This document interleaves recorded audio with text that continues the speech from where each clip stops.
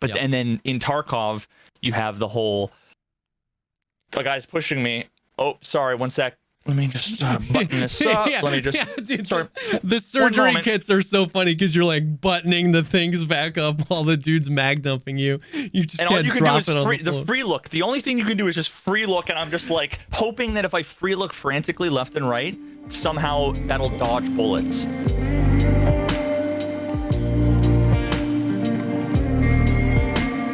What's up, everybody? Welcome to the podcast, a show dedicated to talking about all the poggers things in life with a heavy focus on the first-person shooter Escape from Tarkov. I'm one of your co-hosts, Jesse Kazam, an Escape from Tarkov content creator. And I'm Veritas, now officially a fucking lock-picking lawyer. Oh, shoot! You hear this? This is I got a carabiner, and I got all these fucking locks, dude. Can you pick all those? Yeah. That's dope. Yeah, I mean, some of them I can pick in like 2 seconds. Others I can pick sometimes in like 20 seconds. Sometimes I'm sitting there for like 10 minutes. Dude, I love that you're doing it, though. Like, I love it. Dude, these last 2 weeks, I've been balls deep in 2 brand new hobbies, both of which I'm addicted to. I wanted to talk about the other one at some point, too. You've been speedrunning through Ocarina of Time. Yeah. I was lurking while I was feeding the baby, and I was just watching you try to, like, nail these specific moves and stuff like that. Nice. Super interesting. How's the babe? He's good, man. He's huge. We had another real big baby, but it's been going really well. Thick boy. Like Matt, I'll take care of him. Yeah. But it's going really good. The wife is like recovering really well and healing up well, and it was good to have the ability to take some time off and just hang with the fam. And but he's doing really good. It's weird to be back in that phase of life again with the infant. Like, you know what I mean? We've been on three hours. The baby gets fed every 3 hours, 24/7 for almost 3 weeks now. So. And people sign up for this on purpose. So it's been a lot, but it's been great. Yeah, it's been great. It's been so good to get back into streaming and playing Tarkov and making videos and stuff like that. It's like my lifeblood now, and it wasn't even a part of my life for the first one. You know, I was telling my wife that, like, the first time around, you look forward for every day off work you can. You know what I mean? Because when you have like a job, it's like as much time as you can give me. Oh yeah. And now it's been like, oh man, I wanna go make a video real quick while he's asleep. You know what I mean? So it's been good to get back into it for sure. Are you just fucking like dead mentally, physically, emotionally? I mean, a little bit. Our new one is a little bit more chill. Our first one was like, if he was awake, he was just screaming. And the first few weeks were rough. And this dude I'm so glad. He's much more chill, which has been very helpful. Very helpful. So it's been good. I can't think of, I just can't. There's some, oh God. Dude.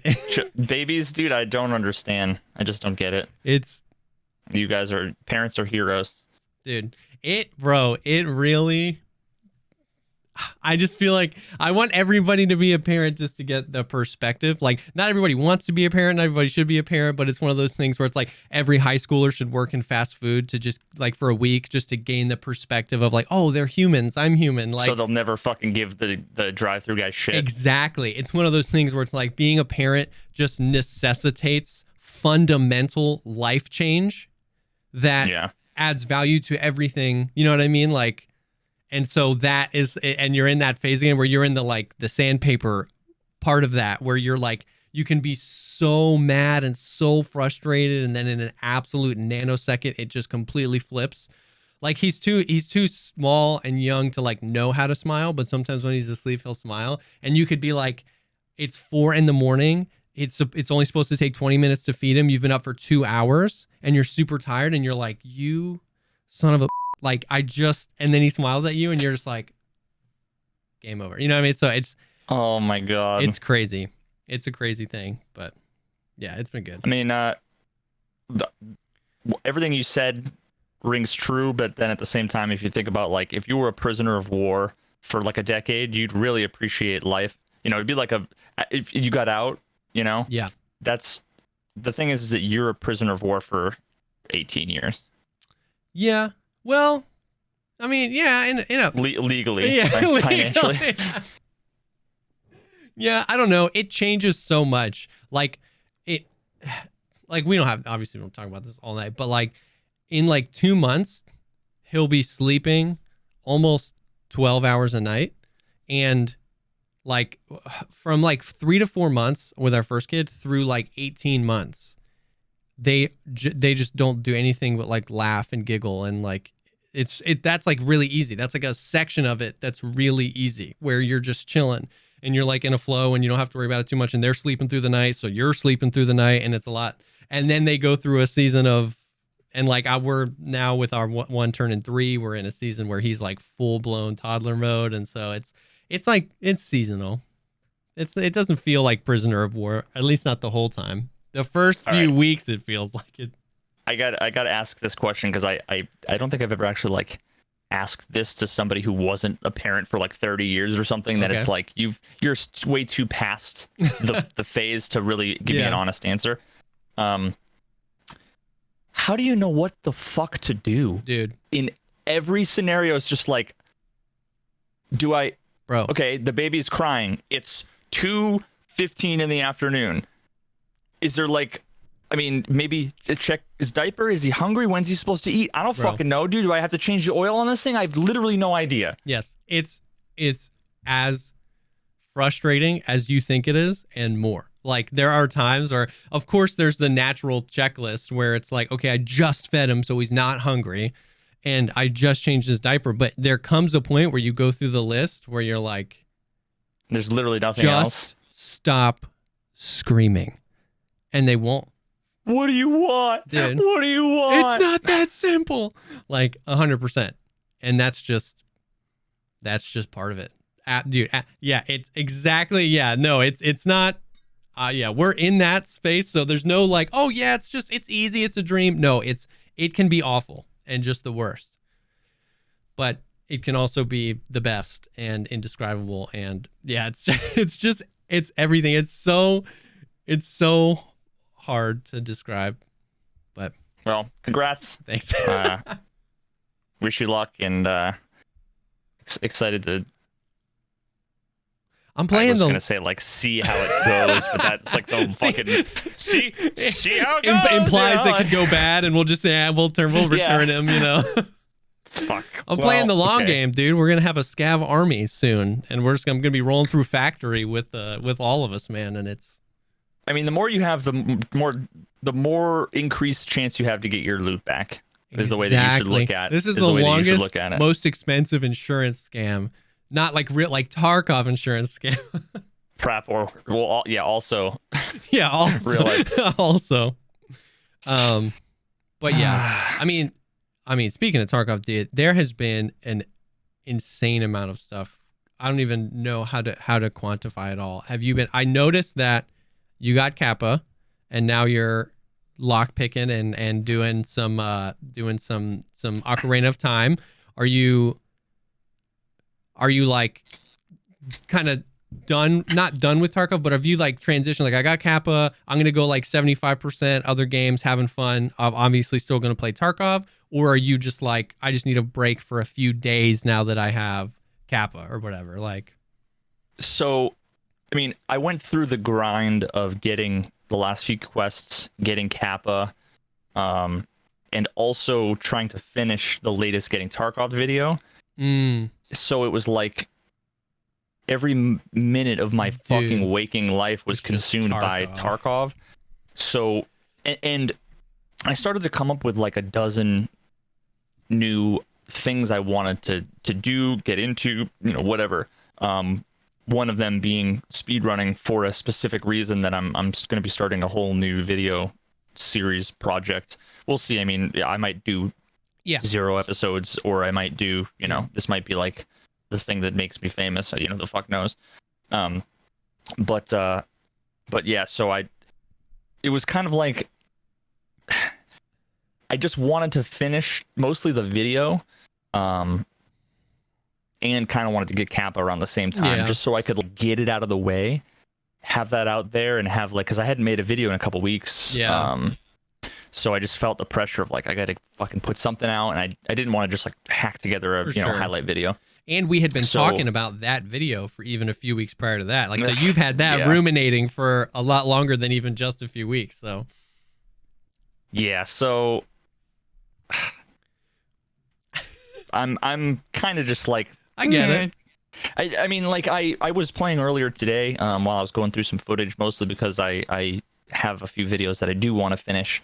The most obvious one being I have a montage of all my Shooter Born in Heaven kills, which I've been meaning to keep track of and categorize, but I have like 400 clips, and I just got to go through and find all of the ones that are Shooter Born in Heaven so that I could edit this montage. So, but it's really hard for me to sit and just edit clips or like go through clips and put them in folders. So I'm like literally like walking through interchange runs while like editing on this other computer, not editing, but like watching clips and like, okay, trash bin, okay, that's an immersion, okay, that's like a bug, okay, that's a hacker, okay, this is Shooter Born in Heaven, you know. So that's what I was doing shortly before this. I can't multitask like that, bro. I can't not multitask because ADD. So I mean, it's I mean, as long as that's the way you're productive, dude. I like having stuff on. Like, I'll always have like a stream or a podcast or something on while I work, so that my brain is focusing on two different things. But like with Tarkov, I can't be like in a raid and be like looking at something else. Like, that stresses me out. See, like if I'm in a raid, almost always now, like interchange, you spawn outside. Yeah. It's like minutes to run to the front, and then you run in, and then you like kill, and then from there it's like there's just chunks of downtime where normally I'm reading chat. So if I'm not streaming, that's also true. I'm like used to doing something else. Yeah, I haven't booted up Tarkov outside of like to record something specific for a YouTube video. Like, I haven't done an off-stream raid in, I mean, probably the better part of a year. So yeah, that's true. If I were to like, I bet it would be weird to play an actual raid because I'm so used to just like looking over to the side to read chat. And it's like, what do you do with all that time? Yeah. Honestly, I just get excited, and this was actually interesting timing because I just got a sub from Amazing. I was right before this. I was in interchange, and I love when people are streaming if I'm not streaming, because I love to go in and I want to see like the fight from their perspective, because you just learn so much about Tarkov and the net code and everything. And then, you know, even if I, you know, win or lose, whatever, I like to go in and say GG and throw a follow. And these days, I feel like, honestly, the best part of being like a content creator that, you know, is known in the community fairly well, to where like it's almost always you roll in and you see the person who's like, because my name in the game right now is like Defo, not Veritas. So you always see people being like, is that Veritas? And then, you know, sometimes they're in Discord and they're like, well, he's not live. No, I don't see him. He's not live. So it's like, it can't be him. He wouldn't be playing off stream. And I'm just like giggling, you know. I'm literally like face down in the corner room. Like, I don't even care about the game anymore. I'm just like pulling up, you know, Twitch just because I just love that interaction. Yep. To be able to go and say GG, and like half the time people are like, wait, what? That was really you? You know, what? I can't believe it. It's just, I don't know. It's just like wholesome and fun. Sure. So that's why I love when people put TV in their name. Yeah. You know, so we've talked about this before. Yep. I'm all for that. So. Yep. No, that's cool. Yeah, that's cool. I mean, we can talk a little bit about your video. So you got Kappa, and you ended up finishing around the same time, like I would imagine, because it was within the last week. Both those things happened. You got Kappa like the day after the video came out, and you dropped the video, which was so good. I mean, it's like, I had a bunch of people ask me like my thoughts on. Specifically, I feel like the thing a lot of people, which I think you knew was going to happen because it's so controversial, but the teammate indicator? A tidbit that a lot of people are taking away is like your opinion on the teammate indicators, whether it was positive or negative. And so a lot of people were asking. So we've just been discussing the video at length, and it was just, man, it was so good. It was, because I tell people all the time, like, and I hope that this proves, because I always try to say that, like, I hold my opinions really loosely. Like, I think this should happen in the game, but I know so little about game design. And like, that is one of those things where I was 100% team, like, absolutely not. Like, it's going to ruin the game. That's the stupidest idea ever. Like, I mean, I've probably even said, like, as a joke one day to chat, like, this isn't Fortnite. You know what I mean? Like, all the just things that I'm now embarrassed about after watching the video, because you just completely 180'd me on. But in order to get there, you have to start on the same foundation. And I think that's what I like about your Getting Tarkov videos. They're so long, and I know that turns some people off, but I like it because Fuck 'em. I used to there was like a really good friend of mine that we would have really good debates, like really long discussions, just like, and it was a cornerstone of our relationship that we loved each other enough to just disagree and have those things. And he used to say all the time that like conversations and stuff like this have to start from the same foundation. You have to like agree on something of like a starting point so that you can kind of go from there. And if in the whole first half of the video, you're establishing that foundation of like, look, in Tarkov already, we have very unrealistic things that serve the purpose of providing actually a more realistic feeling. And like, when you start there and then start throwing out ideas like what it could be cool to have a teammate indicator or something like that, it just shifts the perspective of like, oh, now that we can start from this some sort of similar foundation, I can understand what you're talking about and why. And so for me, that was the big thing. It was just like understanding that realism, you almost have to split realism, like realism as this like arbitrary, a human wouldn't do that, so it's bad for the game. But then realism as in that experience felt real. And that experience felt real because it was facilitated by unrealistic things that made me feel like I was there. And that whole circle just like blew my brain. And I was like, oh my God, that was amazing. It's always the case that those videos, my script ended up being almost 40 pages. Oh my God. I cut out almost 2/3 of the video. Like, that's insane. Because it's super hard for me, because what I do, I build like a tree where I say, okay, I'm going to talk about, I have my intro, and then I'm going to talk about what realism is. And then I'm want to talk about, okay, what parts of Tarkov are realistic and what parts aren't. Yeah. So that's like branching, which then branches, and then the problem is that like as I'm writing, I come up with all these things I need to talk about, and I end up branching and branching and branching to where like now I always inevitably end up with like, and then 6 months ago I debated some guy in the YouTube comments, and this just goes to show you how impossible it is for mental health of your streamer. Like, it's like, no, what the fuck? Like, delete all of it. Yeah. Even though it's all interesting and relevant in different ways. I just find that I'm like, I can see the YouTube comments being typed out that are like, get to the fucking point, you know, as I'm writing my fucking script. So I just delete it. Bro, somebody in chat said, I want an extended cut.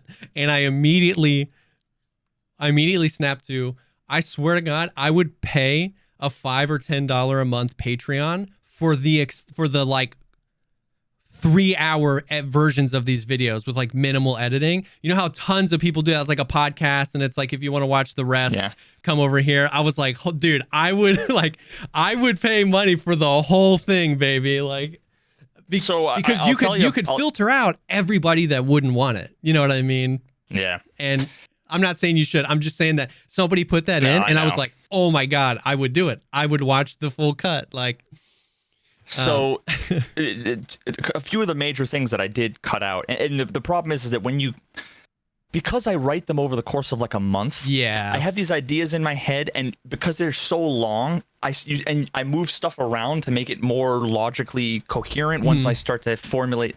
So sometimes I end up writing the same thing 2 or 3 times, and then I need to make sure I remove it. And sometimes I remove it from 2 of the 2 places that it's in. So like I realize at the end, it's almost always when like I'm hitting save after I just edited the thumbnail and I just did all the tags, I'm like, I fucking left out the, you know. So there were definitely parts of where I feel like I could have maybe extended a little bit the explanation to get just that extra little few stragglers onto the side of understanding. But I really didn't. I think, I mean, most people I think got there mentally when after they watched the video, like, because I'm walking you through all of these things pretty methodically to the point where most people are going to come to similar conclusions and see the connections I'm trying to make. Some people need it just explicitly said out loud, otherwise they won't get it. So the part that I feel like I didn't hammer well enough is, how do I put this succinctly? Just the idea that in real life, oh god, and a lot of this came down. I'm sorry, I'm fucking all over the place because I'm thinking my brain is already 19 steps down into how am I going to animate this when I was a young visually lad. because I can't. There are certain things I can't talk about without adding visuals. Yeah, I get. Because people will just their eyes will glaze over. So when I want to talk about things like coding or netcode or whatever, that's when I start to do the hand drawing and the animations, and it takes so long. And there comes a point where I'm like, I just need to fucking finish. You know, I not sign up for more work and more work. But what I wanted to do was essentially show. I had a clip from Band of Brothers. Okay. With like 3 dudes going through a town that they were like raiding, and there was like 2 guys on one side of the street, and I just go through like this like 20-second clip and talk about what they're doing and all of the elements of they can look at each other, they have hand signals that are intuitive, they have all of the sound, they recognize the faces of all the guys, they're wearing specific uniforms, they know how they walk, they know how they run, they know their mannerisms, the size of their body, they know like you can even make like lip sync if you want to be quiet, right? You can be like, you know, what 1, 2, 3, do a countdown with your hands. There's so many things. Or you could look at somebody, point at them, and then point up at a window. And just the context of like, you lay down fire there. Imagine saying you lay down fire there when there's 3 guys on the other side of the street and you're in Discord. You can't. You have to say, Steve, which one are you? To figure out which one is that. Then you need to say, okay, see over there, there's the blue building with the cracked window. All right, 7 rows down, 3 rows up, there's a crack in like it's there's so many things that you don't have in a video game that you do have in real life that makes all of these things natural. And you saw, I'm sure, all of the like my paintball helmet cam clips that I threw in there. That was there. That ended up being, it was going to be a whole section talking about me playing paintball, but I just ended up keeping the footage in as filler. But the whole point was that it was for my bachelor party, and it was just a whole bunch of my buddies, some coworkers, like my cousin, all these people that I knew like well enough that most people who were, you know, if you were squad mates with somebody, you would have that much experience with them. And because I was thinking like, never at any point was it ever ambiguous. I mean, granted, there's friendly fire in real life, and like I understand that, but just running through the woods with 10 people on your team, 6 of them are your buddies, and against another 10 people, at no point was it ever ambiguous who was on my team, because of all the context around. I can look, even though they all had face masks on, paintball masks, I'm still like, I know that's Brad, I know that's Matt, like because our brains can do that. You can see the back of somebody's head and just be like, oh yeah, Brian. You know what I mean? Brad's the short jacked guy. You know, Matt's the fucking beefy, muscular looking dude. That kid over there is, you know, like you can just tell when they're running and then when they're walking, like who they are. You don't have that. So the real point of that whole like teammate indicator thing was, it wasn't even that it needs to be a dot hovering over their body. Yeah. It was just the concept of, we need to fill this gap of context and information that you have in real life around somebody I recognize. Yeah. I know where they are, and I can instantly, and by instantly I mean like fractions of a second. You look at someone and you can say, okay, that's, a buddy. Because I mean, think about like if you heard a crash in the middle of the night and you grabbed a baseball bat, right? And you're like looking around, and your wife wasn't in the bedroom, and then all of a sudden you hear like a thud, thud, thud, and the door opens. Like, you have 100 milliseconds to like notice that it's your wife or it's a dude that you've never seen before. You just don't have that in Tarkov. You have to ask, is that you? Or you have to remember what they were wearing and they might have changed their gear, or whatever. And then, but if you have to ask and it's not them, you're dead. Yep. So that was the whole thing. It just, the dot was the easy, low hanging fruit around like all of these things in all these other games. They're not there to be easy and cartoony. Yeah.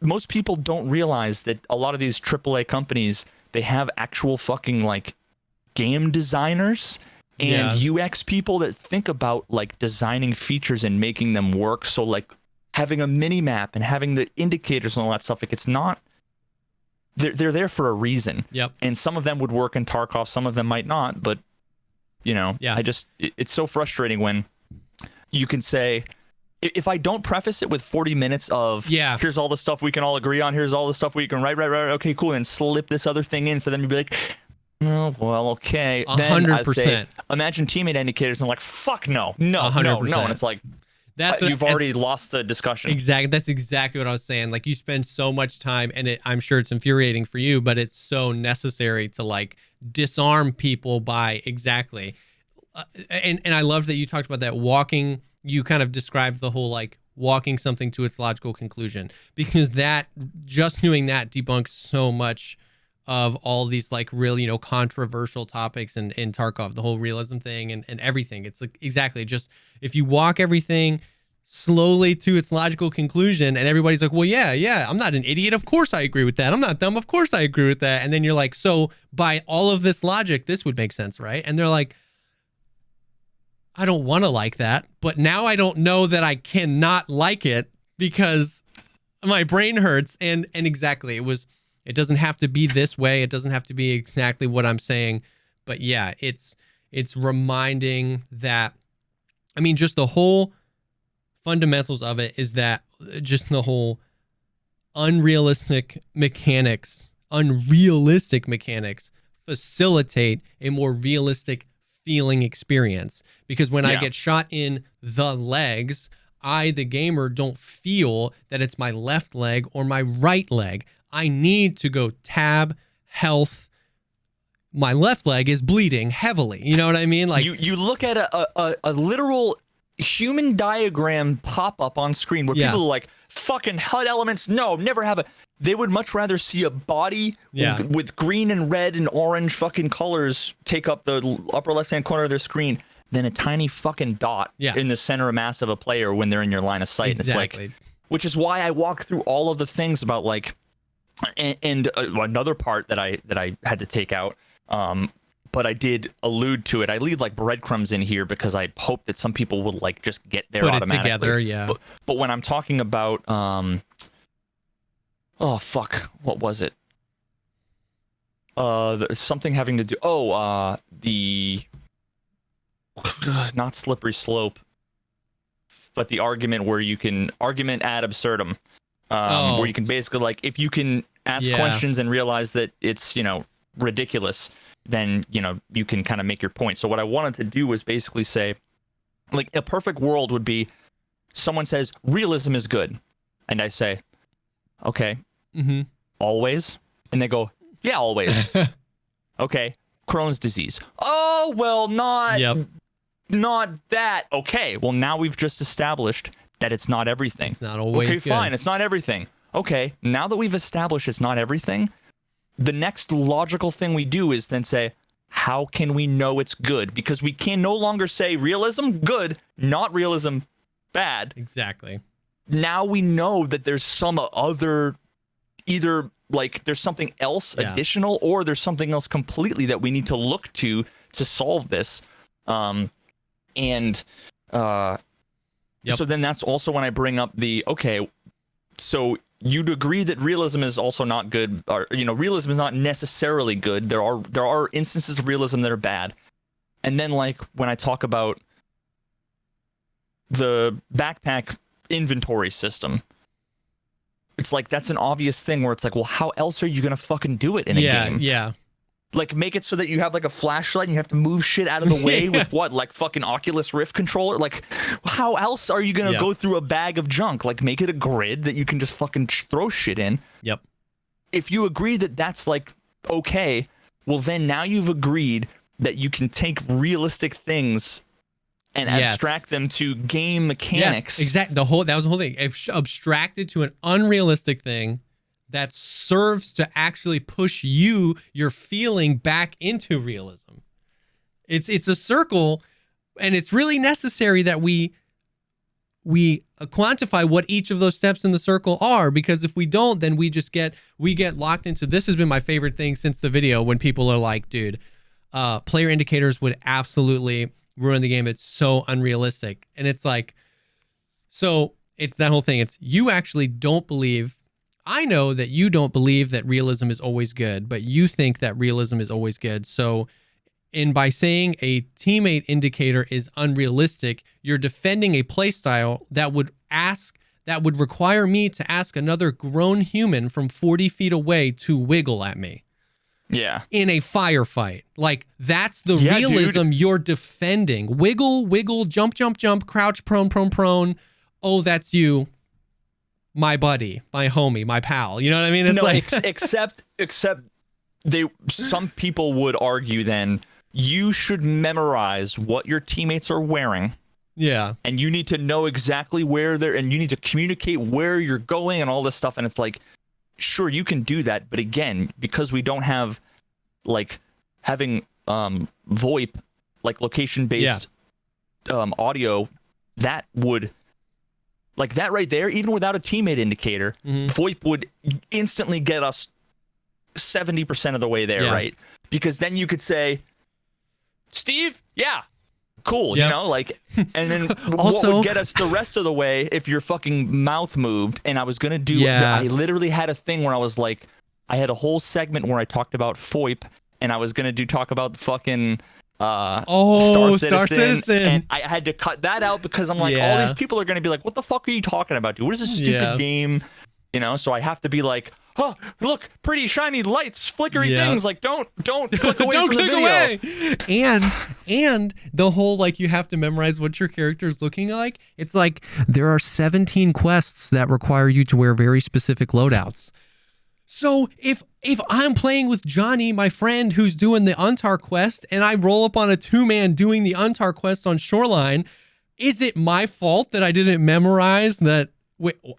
It's like, you know what I mean? Or they kill somebody and they loot, and now instantly you now have to keep track of 19 different outfit and combinations because I changed what I'm wearing 50 fucking times in a raid, and I have 3 other teammates that are doing the same thing. Exactly. And the like de facto, everybody knows that insurance scamming your loot, especially with the weight system, is like the way to go. So now, I have to update what I think about you. And going back to your paintball like example, it's like, in real life we have trillions and trillions of intricacies that make up different human bodies, and that's how our brains can process in an instant, just by the back of somebody's head with a paintball mask on, that's Jimmy, because I know he's roughly this height and roughly this build and he has this hair color, and then eventually we get down to, and he was wearing that shirt, you know what I mean? But there's so much more than just colors, just like clothing. But in this video game, we are all the same height.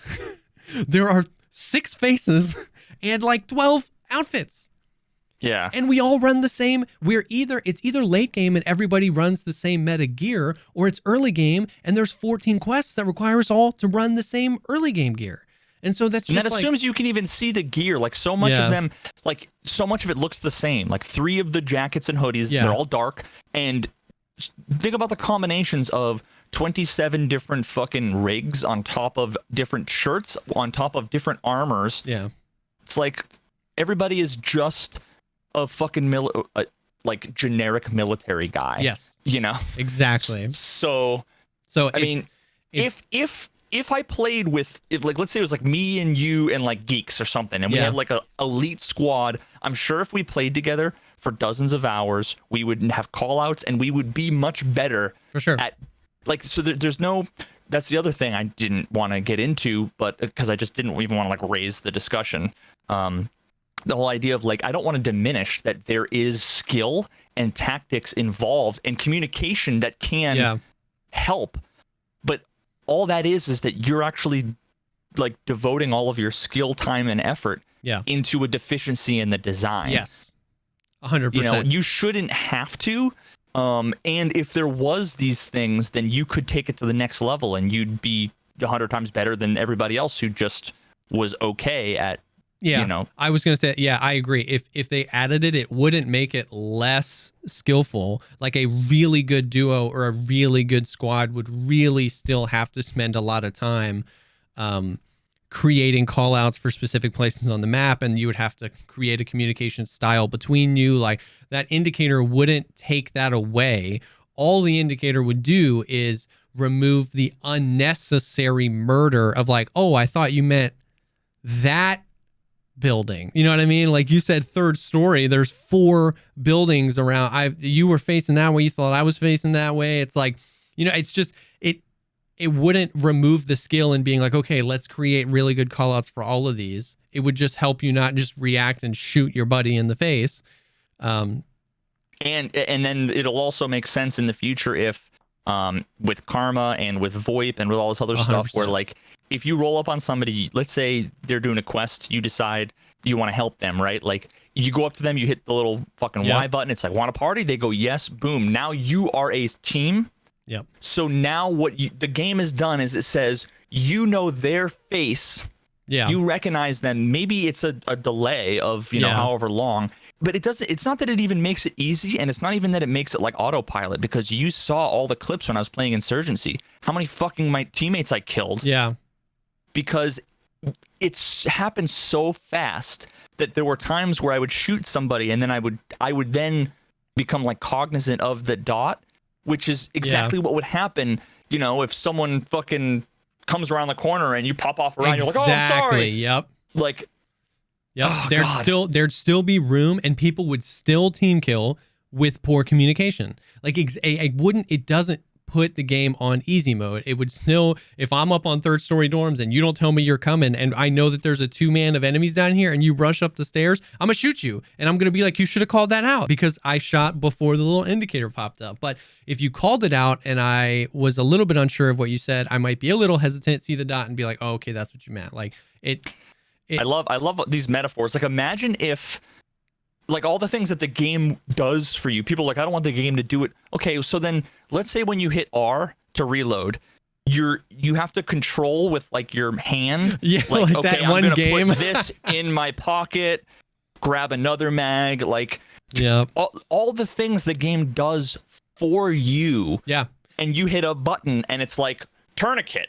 You know, like at no point do you have to look and say, okay, I have an arterial bleed versus a fucking, you know, whatever. Oh, okay, it's broken or it's fractured. Like it just does shit. Yeah, it's like if you have a grizzly and press heal and then a context menu. Do you want to heal the fracture, the light bleed, the heavy bleed, the HP pool, or the, you know what I mean? And then you're like, yep.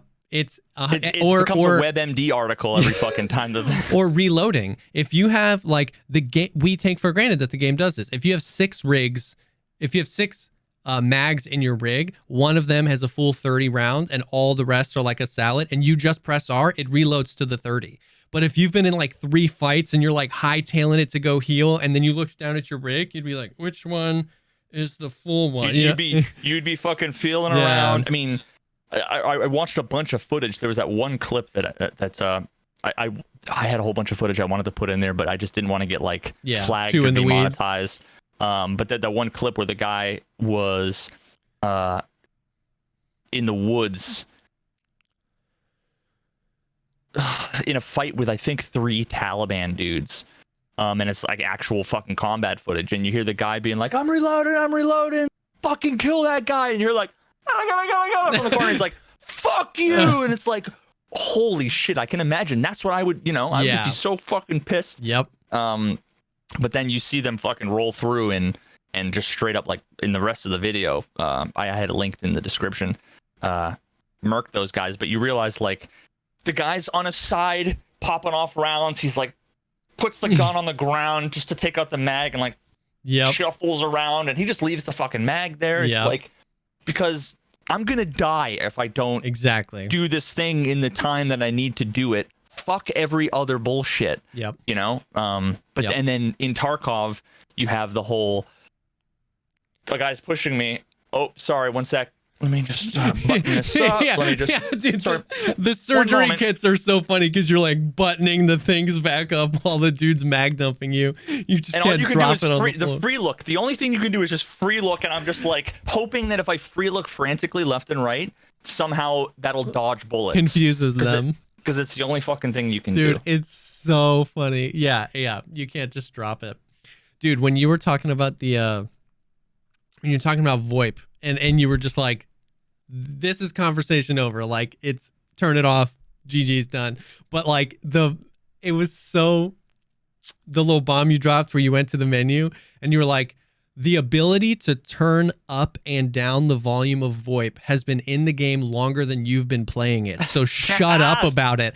I was like, somebody clip that. I want that on a command, ! VoIP in my chat. Like, it's so true. Like, it's so true. The mute VoIP and the freaking slider has been in that game since before I started playing in mid 2018. Like, oh my God, bro. It's so it was like, mwah. It's not unreasonable to assume that it's going to be, mutable or whatever. And if they do release it, so that's the thing, is that imagine they release it and it's not like they remove those options from the menu. They're not there in grayed out. They're just not there anymore. Yeah. People are going to be like, see, dude, I told you it was going to be fucked. No, you didn't. Yeah. Yep. It's not my fault, that some dumb shit happened. I explicitly say, if they add it without the ability to turn it off, and I even caveated it with enough wording so that plausible deniability, if anybody gives me shit a year from now, I even said, like, if they add VoIP into the game, as long as it's like not something that you have to initiate close up with a radio or a thing, like, we were talking in chat. We were like theory crafting a little bit that, like, because you exactly what you're saying. If I'm coming across somebody like another PMC and they're on this side of cover and I'm on this side, I'm like, hey, what are you doing? And they're like, bro, I'm just trying to do delivery from the past. Then I can be like, okay, I'm gonna come around the corner. Let's team up. If I come around the corner and we hit Y and we do the thing, those radio slots that they're talking about, it would be cool to then be like, okay, set it to this, because if we get separated outside of proximity VoIP, it'd be cool to have a keybind where you could talk to anybody in your party over radio. Meet me at Big Red. And so, like, we were theory crafting the whole, like, please don't put VoIP behind the radio thing, but like, they could do some really cool stuff with it. So that way, if you're not in a Discord call with that dude and you get in a firefight and you split and you don't remember what he's wearing or something like that, you can be like, yo, I'm still up. If you still want to finish this quest, I got this thick boy's loot. I can't take it all. Meet me back here. And he'd be like, oh, this is going to be the best thing ever. Like, that would be so dope, bro. But you wouldn't have to do it. You wouldn't have to tell him to go to the frequency or anything. You could just do whatever. Like, imagine he fucking runs off into a room, you hear a bunch of gunfire, and you're like, Timmy, are you there? Bro. That fucking silence is going to be like, holy shit. Yep. Dude. It's so much more fucking powerful. So than much. Having to be like, fuck, I'm dead, dude. Fuck this fucking game. It's bullshit, or whatever. Yeah. It's like, you just have somebody be like, all right, I'm going in, and then all of a sudden you hear a gunshot and you hear their voice just stop. And it's like, holy shit. Bro. That just adds another fucking layer Imagine, to it. Imagine you could do immersion raids, but with 4 people, no Discord, no proximity chat, only radios. And you would just start calling. If you would just start calling for your teammates, anybody hit, and they would just stop calling back because they're back in the lobby, and you'd be like, oh my Like that would be. Oh, it would be so sick, bro. It would be so sick. I want it to work like Insurgency, where your teammates, there's always radio and VoIP. So like when someone's to the right of you and they talk, you can hear them talking and you hear them in the radio, which is kind of a cool effect. Yeah. But that would be so fucking cool, because then like you can go wide flank around, or even if you like whisper, you know, or whatever, if there was a fucking button to make it so that like you could whisper, or because I don't know how like noise gates and how the noise would travel and how that would all work. It would be interesting, but I just thought of this now.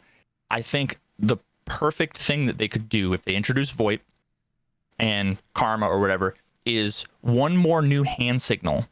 Oh, I also told Nikita that I wanted to be able to bind the number keys, the number pad on the right, to just like the F keys. Oh yeah. Because I have nowhere, you know, I want to bind hand signals and stuff, but and he said I think that they can do that, so I don't know if they're going to do that in the future, but I want to be able to, if I have my rifle like shouldered, I want to hit a button and have my trigger hand go like this, like out straight. So what you can do is, if somebody is in the room, you can say, all right, I'm coming. And all you need to do is just walk over and show your arm, and that you'll know that it's always your trigger hand. Yeah. So that like if you were to mouse one, you'd have to pull your arm back in, put it back on the gun, and there would be a delay, just like when you're reloading or something. But that's the one way in which you can like, hey bro, you know, like my hands are up kind of thing to say, because right now you just have to like swipe against the wall. 100%. But that doesn't really do it. This would be the perfect way of being like, yo, friendly. Yeah, it's me. It's me, without exposing your whole self to them. Like, yeah.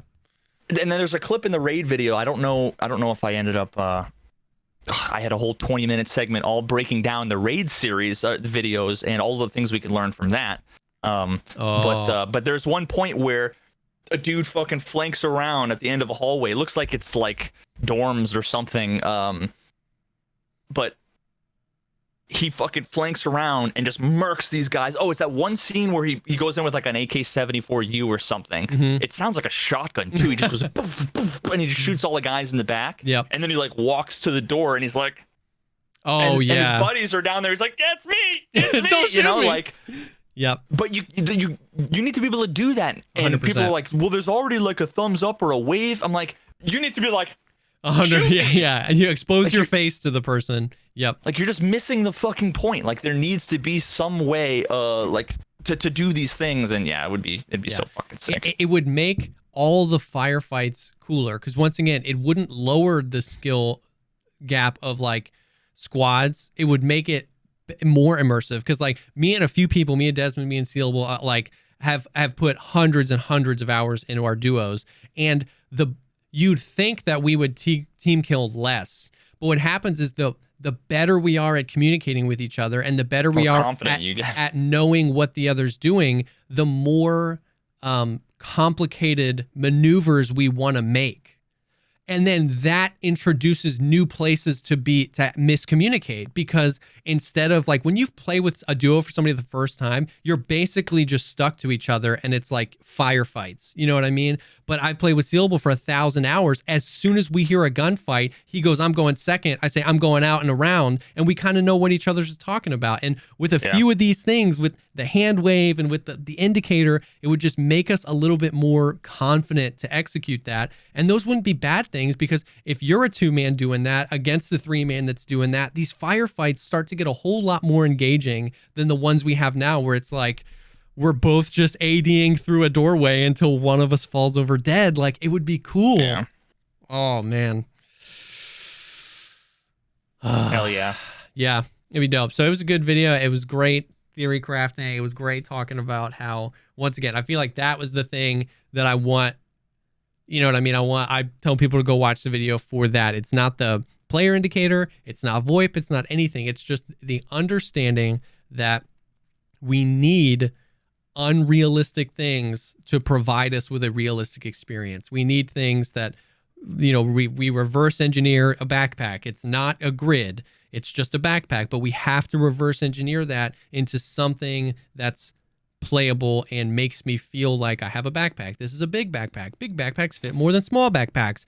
And we have to reverse engineer that and gamify it in order to have it. So that's the thing I want people to take away. It's just, you kind of have to start there. A lot of things are unrealistic, but they're a gamified version of a real thing that provided real experience. So what we need is abstractions to provide immersion. Yes. Not realistic things to make the game realistic. Like that's just an oversimplified misunderstanding of it. And people are right for the wrong reasons, you know, and they're like, Tarkov is such a unique game, and it's unique because the game has, the name of the game has 3 vowels, a consonant, and then 3, like it just I could whatever arbitrary thing I want to say, it doesn't make it true just because that is true. You have to establish causality. Yeah. And it's not the realism. They think it's unique because it's realistic, but it's unique because of how they chose to deconstruct and abstract things to trick you into thinking it's realistic. You know what I mean? Like, and that's the other side of that too is that once you acknowledge that the good parts, whether they're realistic or not, they're immersive. And that was another thing I was gonna do, was a fucking like Venn diagram of like, this thing, is it realistic? No. Is it immersive? Yes. That's good. And just realizing that, like, wow, it's almost like if it's immersive, it's good. If it's realistic, it may or may not be good. Yep.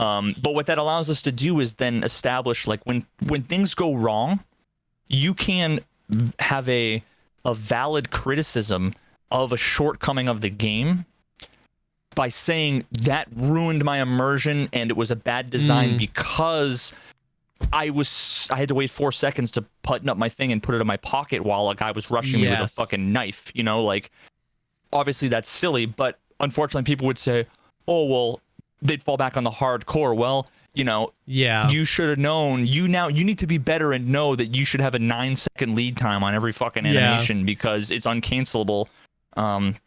That's true. Like, they bounce back and forth like, well, that's not realistic. Well, it's like, well, that's not realistic either. Yeah, but it's hardcore. And they can just like, they can bounce between those two and just like live in the space between hardcore and realism and just hate everything. All it's there to do is just basically say, hey, streamer, stop bitching. Yeah. That's all it's there for. That's just to tell me that I'm ruining their game and that I'm bad and that when I died, it was my fault no matter what. Yeah. Most of the time it is, but I can still, even if I die and it's my fault, I can still point out like 3 fucking things that piss me off about the fight. And that's a great example. Even if you made the wrong call to try and CMS and you have to cancel that animation and you die, like you can go back and be like, that was a bad time to CMS. I deserve to die there. But I wish the game let me drop the damn CMS, because in real life, I would drop it and I would pull out my sidearm, or I'd pull my gun up and I'd shoot the guy. So I shouldn't have done it there. I understand the game. I understand its mechanics. I took the risk, but the game should let me drop the damn thing. Like, it's okay to do both of those things, to acknowledge what you did wrong and point out a criticism of the game. Okay, moving on. So this is something this isn't like something super fleshed out, but I had an interesting thought about this. Okay, so I'm sure you've seen all of the like insane amount of new hideout crafts that they've been adding, like, which I don't know how you feel about it. I like it. I like that it just adds value to more and more things and makes it more interesting. It's now work to be like picking stuff up and looting filing cabinets and be like, you know, the cricket lighters you can now craft fuel with, and that fuel is worth 240,000 rubles on the flea market. So it's like, oh shoot, like this isn't a worthless square now. So I guess before we get into what I'm gonna say, like, how do you feel about that? They've been ninja adding crafts almost every day. Like, do you like that they're adding that? Do you think it's worthless? I don't. Right now, I don't care because I've already you've got the major benefit to me, and this was before they started adding a bunch of new ones, but after the wipe, they had a few new ones. Yeah. It was great to be able to like not get stuck behind bullshit RNG. Like I've found 1 tank battery in my entire existence of Tarkov. Yeah. But I was able to I got 3 tank batteries from the Scav the Scav junk box. Oh yeah. Or whatever, the Scav run fucking thing from the moonshine. Yep. And that's where I got my car batteries, like all the things I can never fucking find, which are just like unlucky. Yeah. Well, there's like a backup. Well, now you just wait 3 days, so I like that, and I'm all for it. All the new crafts, I don't know, like if they had a wipe today and I needed to go through all the quests again, I'm sure I'd probably love that you can craft LEDX and you can craft graphics cards and you can craft whatever. Yeah. But I personally just don't care. But I think it's very likely a good thing. Although I think we're all gonna start to have to do what my strategy is gonna be now, which is normally I get my Kappa and I sell my fucking Scav junk boxes, and it's like I'm not gonna collect junk anymore. Like I'm only gonna collect shit that I can just sell to therapists, or whatever for cash. Now it's like I'm just gonna always grab bolts and matches and all this shit because someday they're gonna be worth something. Yep. Because I had 2 junk boxes full of like tape and bolts and nails and all these things that like historically, just because I think a lot of people were building up their hideout, like was worth a lot of money. Yep. And it's like, oh, I can't trade this. I can't trade a GPX for a face shield anymore. You can't trade 2 hard drives for a 60 round mag from Prapor. It's like all these fucking things I've been collecting, like. So, and then I go and get rid of them, and the next day they add a fucking craft with them that make them like more expensive than they used to be. It's like, God damn it! I just gotta not get rid of fucking anything. As a quick caveat, as I love all the additions to the crafts of the hideout, I'm confused as to almost every, like, the flowchart is the barters and escape from Tarkov from the traders. Is this barter even remotely worth it? Yes. Do players use this barter? If yes, make it harder. That's what they've been doing. Like until you circle back and they say, is it worth it? No. Yes. I don't like the whole, that has been so confusing. The hideout stuff, I get it. They want to push the hideout. They want to push for barters. They want to push for crafts. It made sense. But like they have, you know what I mean? Like there's like an AESA for a suppressed DVL. That goes on the flea market for 1.9 million rubles, but the rec battery for the ADAR that everybody used early wipe, they made it a rec battery and 2 gold change, and then they just got rid of the barter. It's like, no, nobody's breaking the economy trading rec batteries for ADARs. So I've been very confused. The hard drives for the thing, they added like Wilson cigarettes on some other barter. I don't know. It's just weird. That has been weird. Here's the deal. I don't get that. My hunch is like it instantly. I got like a vision of what likely happened. This is just me having a vision. I have no idea, right? Like if this is but it's Nikita is sufficiently removed from the game, the gameplay, the day to day. So what he has is there's all these quests, all these trades, all whatever.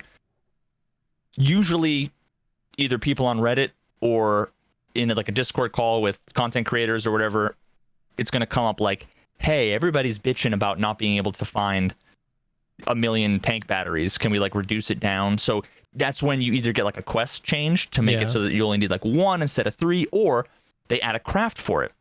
And Nikki's like, fine, add a craft for it. Tell me what you need. Tell me what it should be, blah, blah, blah.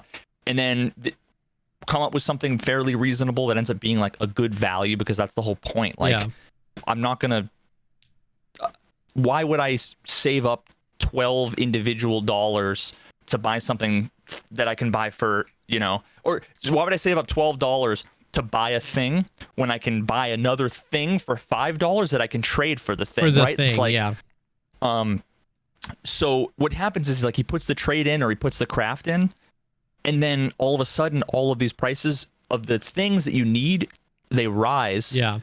And I don't know if it's RMT or what, or if it's just like, well, now all the hatchet runners or whatever are now grabbing all of these things, and they're just getting rich because everybody's just collecting screws and bolts and they're selling them for all this money. Then he's like, oh, well, it can't be this easy to make all this money. So now I need to make it so that it's not as valuable, forgetting that he's now ruining the thing he did to make some other thing better. Yeah, I guess I see what you're saying. It's been so interesting, and this kind of leads me back to where I was going. So like, I like the crafts. I like that some of the crafts, like you can craft a LEDX now in the in the lavatory, or no, in the med station, you can craft it, and it's like overwhelmingly not worth it.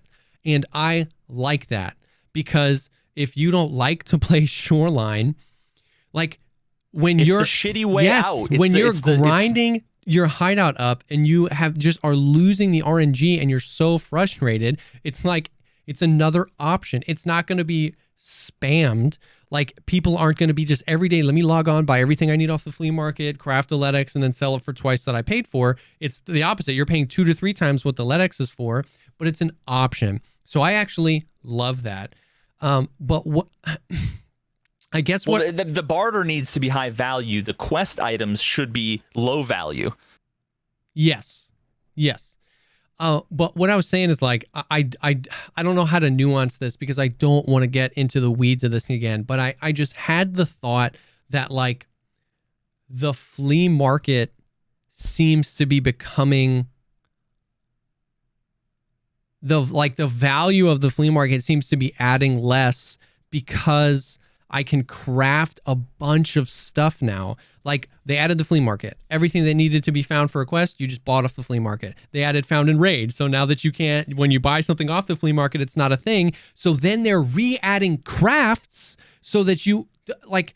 So you can still buy your way through the quest, you just have to wait longer. Yes, but let's say, I'm not advocating for this. They're not going to get rid of the flea market. Nikita has said that. It's not going to happen. I'm not advocating that they do. But let's say that they got rid of it right now. We can't say, oh, the game was so much more X, Y, or Z when it didn't have the flea market. Because when we didn't have the flea market, we didn't have the hideout, and we didn't have crafts. And so now I like the idea of getting to a quest. I need 3 gas analyzers. I have 2 options. Farm the things I need to craft them in raid, or farm the gas analyzers in raid. And so I like that there's options now, and that feels like a different game than back in the day. It just got to, like, find 7 lions, no flea market, no, you just had to do a Discord. They had to get somebody to drop it for you. So I'm not advocating that they do it, but we're seeing this circle. It was really hard to do the quests. Then they added the flea market, and it was easy to do the quests. And then they're like, oh no, find and raid. So now it was hard to do the quests, but now you can craft everything. So now you're just paying more than you used to and waiting a little bit more time for the craft, but now it's easy to get through the quest. And it's just this circle where, if we take a step back and say, hey, the game is different than it was a few years ago, I like the ability to, like, okay, I can go and find the items to craft, or I can go and find the items. I don't know. I'm not saying that it's not needed. I get it's a nuanced conversation. I don't want to get back in the weeds, but you know what I mean? Like, I don't know. To me, it seems like a really cut and dry, extremely easy thing where, and I've talked about this before. I don't know if we talked about this on the podcast or not, but I had that one video where I talked about the quests need to be improved. This was 2 years ago. Oh yeah. This was actually one of the videos that came out before, I think, Found in Raid was even introduced. A lot of people say that Found in Raid was added because of this. But what I advocated for was like a marker, having just a few integer values on every item to say, like, where did they spawn and how many raids have they been in? Because with that, you then don't... let me take a step back. Found in Raid is a misnomer. It doesn't mean found in raid. Yeah. It means you either crafted it or you found it and survived with it. Yeah. As long as it wasn't brought in by another player.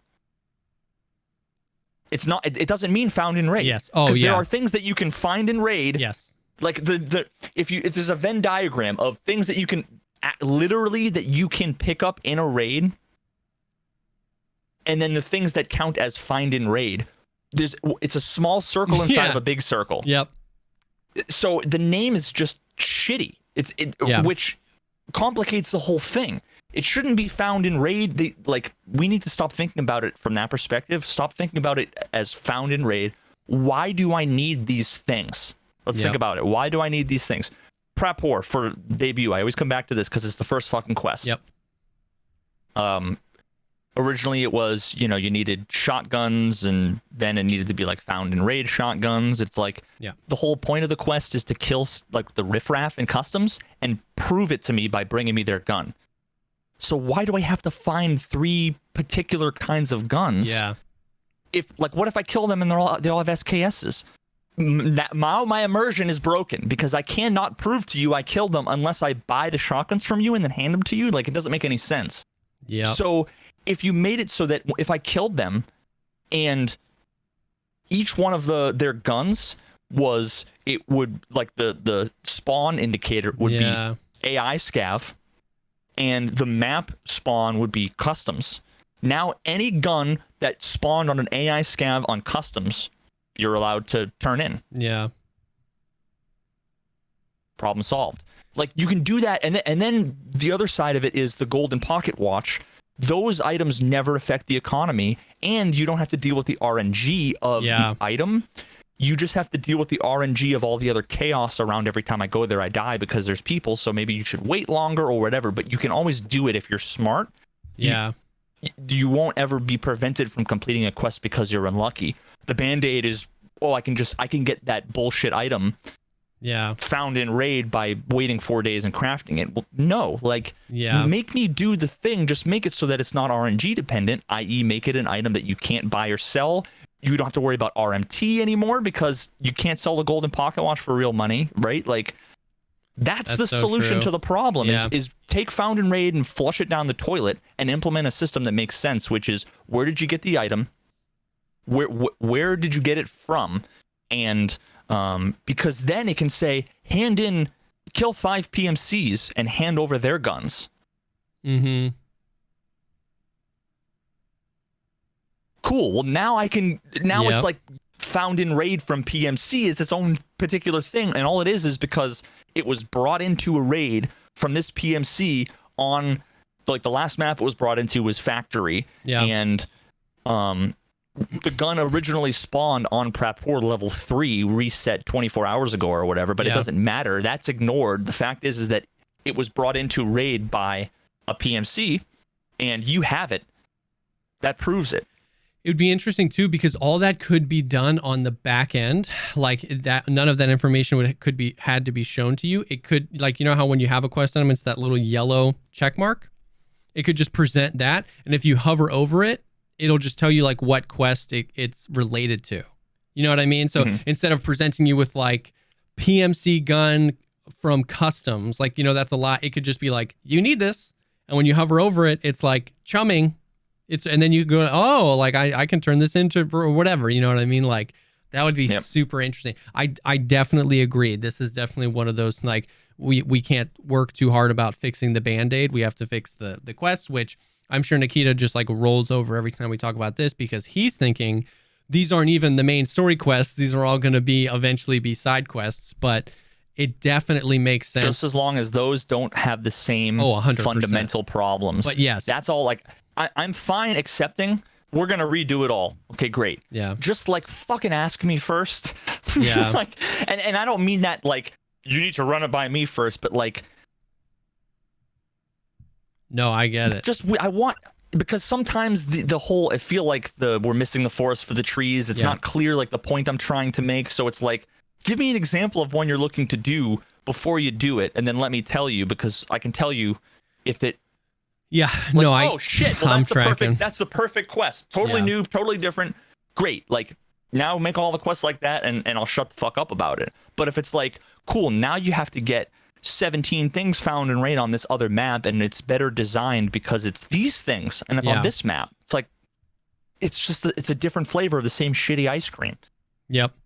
Yeah. So it was just an interesting thought on, like, I like that the hideout is becoming more prevalent. I like that, and I'm thinking about doing some videos on this. Like, you can make, I would love to see just like, I would love to see like somebody that plays Tarkov a lot do 10 successful. I would love a larger sample size than this, but like 10 successful runs on Shoreline to resort, not looting specific rooms, just like wherever you spawned, you got to resort, you looted what you could, and you left. 10 runs, and then 10 runs on shoreline, never going to resort, looting as many filing cabinets, safes, and computers as you can, and you sell that on the Flea. Like, I like that. I don't know which one would make you more money. Like, you know what I mean? It freaking a year ago, it was like, all you need is one LEDX and it funds everything. Yeah. So I like that. So I like the direction a lot of this stuff is going. It was just a thought on like the super distilled down version is that it felt like the Flea came and made everything too easy, and then Found and Raid came in and made everything too hard, and then everything that's really hard gets a craft, which makes it now easy. And I just had that thought. I was like, where does this end, man? Like, how many layers can we throw on top of this? And we're just going in circles. But for the most part, I really like it. If we can just take a step back and ask the right questions. Yes.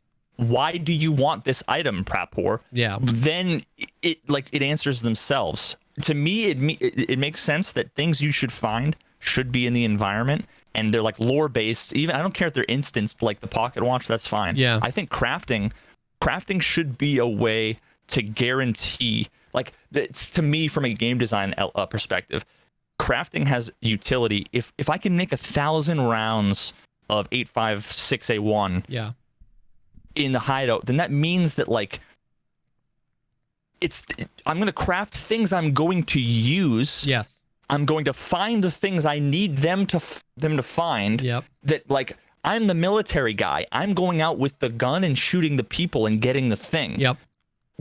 I'm not the guy going to fetch you bottles of water, because you can fucking get that yourself, therapist. You sell them. Yeah. Clearly you have a way of getting it, right? So like, yeah, it makes sense that I should be killing and collecting specific things. And the hideout should be there to help facilitate that whole process. Yes. And if they don't, it shouldn't just be, I need to collect all of the same random bullshit that also has value that some people need, that some people then need to craft, that then some people need for quests. Yep. It's like, we need bottom up, not top down. Yeah. Yeah. No, it makes sense. But I like it a lot. A few other like much smaller things that changed. Have you noticed any of the adjustments to the camera recoil? I know that's something that affected pistols, SMGs, and some ARs. I mean, this is like one of those things where if nobody mentioned it to me, I don't think I would have noticed it. Yeah. And if you like see, because I saw the clip on like Reddit or whatever, and then like, yeah, and I was like, oh, that looks totally normal. And then like I went into the hideout and I shot the gun, and I was like, oh, I mean, I guess there is a lot more recoil with like the stock AK-74. So like, oh, I guess it does look significant, but I don't know. Maybe it's just because it's similar to other games, or yeah. What's so weird about it is that certain guns and certain platforms just didn't have it, and so if you ran those types of guns and platforms, you just wouldn't really notice the change. You know what I mean? But like, if you liked running pistols, especially like pistols like the shrimp, I just did a video about that today, the SR1MP. It used to have really bad, and it's still a little bit harder to control than like a 5.7, but it feels a lot better. You know what I mean? And so if you used to love running that gun, and so you go back to it, you're gonna notice a difference. But for the most part, again, okay. Shit. It's a little bit. I did a whole video about it today. I saw it. I saw and I was like, it looks like the shrimp. Dude, the shrimp is cheaper to buy, cheaper to barter for. The ammo is cheaper. The ammo is better. The mags are cheaper. It's cheaper to suppress. Does it limit your fire rate though? I don't know. I know what you mean, where like you can click in the game's certain guns. I can't click that fast, I don't think, if I wanted to, so. Shrimps, 22K. I'm buying one. I'm taking it to the fucking hideout right now. I want to feel this. SP13 has 39 pen and 63 flesh. Like in a pistol round, like that's a big boy round. And it's always been that way, but nobody used it because it was hard to control. It's still a little bit harder to control than a 5.7, but it feels much better without the camera recoil.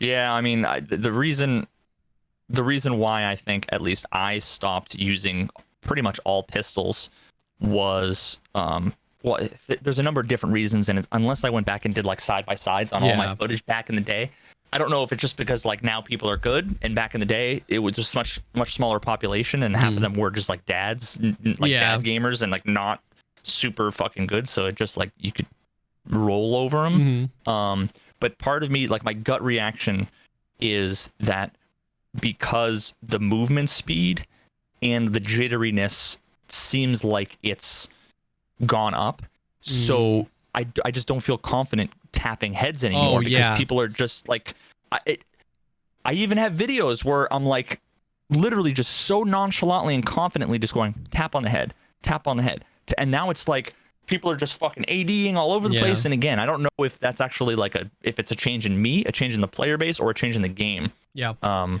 But I just don't feel confident. And then if you shoot them center mass, I don't fucking care what the stats are. If you're going pop, pop, pop, pop, pop, pop, and they're center mass, you're hitting arm, chest, stomach, arm, you're dead. You're fucking dead.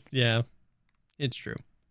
So it's true. And I get that. And I don't run pistols or semi-autos very often for that same reason. But I just thought it was interesting that like on paper, when you think of like what is the gold standard for pistols in Tarkov, it's like the 5.7. Everybody runs a 5.7. Everybody runs reserve, naked, 5.7. And I just found it interesting as I was looking for ideas for videos. I was like, yo, this ammo's better and the gun's cheaper. Like nobody uses it. So I thought it was interesting. All right, I just built it. I'm going to fucking take it in and I'll tell you in 2 seconds. Okay. How she feels. You can put an optic on it, but it has to be super far forward. You have to use the little quad rail, which I like better about the 5.7, that you can put the RMR on the back. Yeah. What else is new here with the fucking you pumped for the factory expansion / Scav boss? This has been, let me preface this really quick. This has been so interesting. I've did some like polls on YouTube and stuff like that. Some people are like, don't touch factory. It is my Thunderdome. You know, it's my like in and out Thunderdome. And some people, you know what I mean, are like, I want all the maps to be expanded. I want scav bosses everywhere. This is going to be great. So I'm interested to see. It's my favorite map, and I mean, it's in need of something because it's like the spawns are just embarrassingly atrocious. Like they could so easily just fucking fix it. It's crazy. So easily fix it. I don't get it. I don't get how you can spawn in as a 2-man in forklift and in front of you is a 3-man. There's a whole damn map. Why didn't you put the 3-man on the other side of the map? I really don't get it, bro. It kills me. I think it's because there's all these different combinations. There's these different combinations, and it's like random. It's randomized, but it's not smart randomized. Yeah. Like it should be like, okay, I'm gonna flip heads or tails. What side of the map this is gonna be on? Heads. Okay, cool. Put you there. The next group, put you on the opposite side. Yeah. Let's roll the dice to figure out which of these 5 spots you're going to be in. Okay, cool. Yeah. Now that you've spawned there, I'm now Xing out these 3 places that nobody can spawn there. Okay, great. Grab the next person. Where are they going to go? Heads or tails? Like, you just need some rules around, here are all of the possible spawns, and then build an algorithm that what it does is, and this would take nanoseconds, to basically place 10 people in an arrangement of all of these different possible places that doesn't violate a simple number of set rules. If I spawn in forklift, nobody can be around the corner to the left and nobody can be in glass. Yep.